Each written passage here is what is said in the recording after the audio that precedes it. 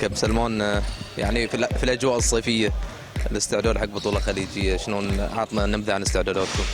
السعدادة العادية في البحرين ما عندنا فرق نلعب معاهم. يعني أمس لعبنا مباراة بروحنا مع الساعة مع الحكام رسميين، بس ننطر نسافر نلعب بس مباريات قواي شوي. افتكر بنكون اوكي، بنكون يعني حظوظنا وايد بتكون جيده في شو اسمه في الدوري ان شاء في الله. رسالتين منك، واحده حق اللاعبين وواحده حق الجمهور الاعلام البحريني. لاعبين لازم يكون لهم دافع قوي. يعني احنا هاي شيء بسيط اللي نقدر نسوي حق البلد، نجيب لهم بطوله. حق الجمهور يعني لازم يكونون هادئين معنا، لازم يكونون وايد بوزيتيف معنا، وايد ايجابيين. احنا للحين ما دشينا يعني تمارين نلعب. واحنا كمدربين واحنا كجهاز فني احنا نعرف الافضل مين، كمحترف او كلاعبين احنا نعرف مين يحتاج الفريق نجيبه.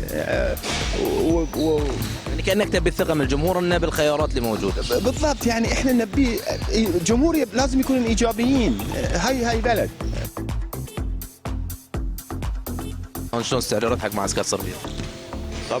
طبعا احنا في معسكر صربيا مجهزين. طبعا الجهاز الفني اختار عده مباريات عباره الفرندلي جيمز اللي بنلعبها هناك على اساس انه يعطي اللاعبين قوه اكثر. طبعا هني في البحرين نفس ما قال الكابتن سلمان رمضان ان هني الفرق للحين مو مستعده، فما عندنا فرق يكون ان نلعب وياها مباريات وديه. ففي المعسكر هو المكان الافضل انه انت تستفيد من المباريات الوديه، يكون الفريق يكون جاهز حق البطوله. وطبعا احنا بطوله الخليج مهمه بالنسبه لنا، والبحرين دائما منافسين في بطولات الخليج، فنتمنى في البطوله ذي ان احنا نشرف ديراتنا وان احنا نحقق البطوله ذي. طبعا نتمنى ان تجي البطوله حق الجمهور البحريني وحق ان احنا نكون في الخليج، ان احنا لعبة كرة السلة طبعا انت عارف اقوى دوري في الخليج الدوري البحريني، فنبي نحقق شيء.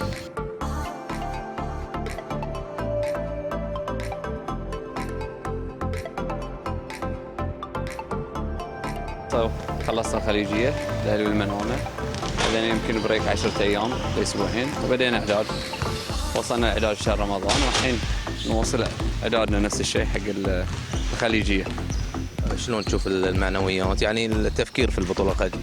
معنويات مرتفعة، الشباب مركزين جادين ونسعى ان نحقق البطولة الاولى حق المملكة، وان شاء الله يقدرنا نحققها. صربيا من الدول الجيدة حق المعسكرات، وان شاء الله نستفيد من المعسكر، نخلق كيمستري ازيد بين اللاعبين ونوصل حق المستوى المطلوب اللي يبغيه منا كابتن سلمان، وان شاء الله نكون جاهزين حق البطوله. يعني شلون تشوفون التحضيرات؟ خبرنا شوي اكثر عن المعسكر بما انك رئيس البعثه بتكون.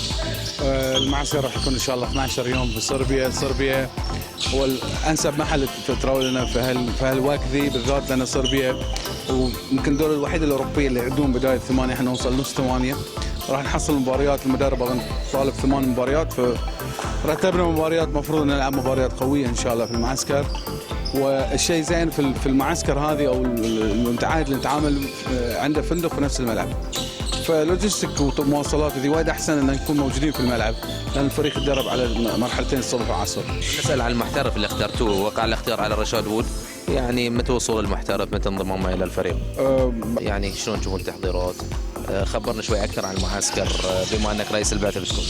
المعسكر راح يكون ان شاء الله 12 يوم في صربيا. صربيا هو الانسب محل تتراولنا في هالوقت ذي بالذات، لان صربيا ويمكن الدوله الوحيده الاوروبيه اللي يعدون بدايه 8، احنا نوصل نص 8.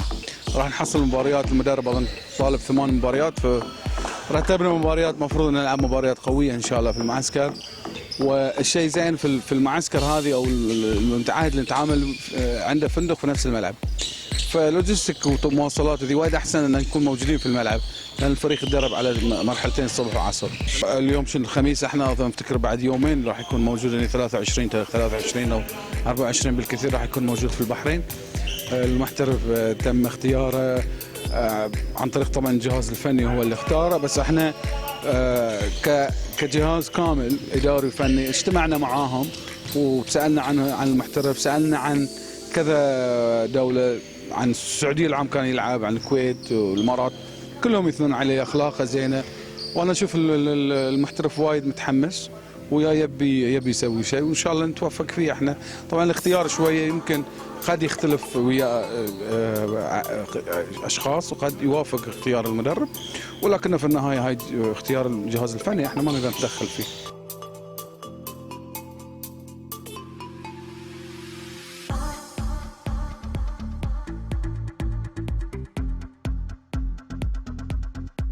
زيارتي هي الاطمئنان على ظروف المنتخب واستعداداته. أنا متواصل بشكل يومي كذا مرة مع الجهاز الإداري ومع المدرب بشكل مباشر فيما يخص موضوع التسهيلات.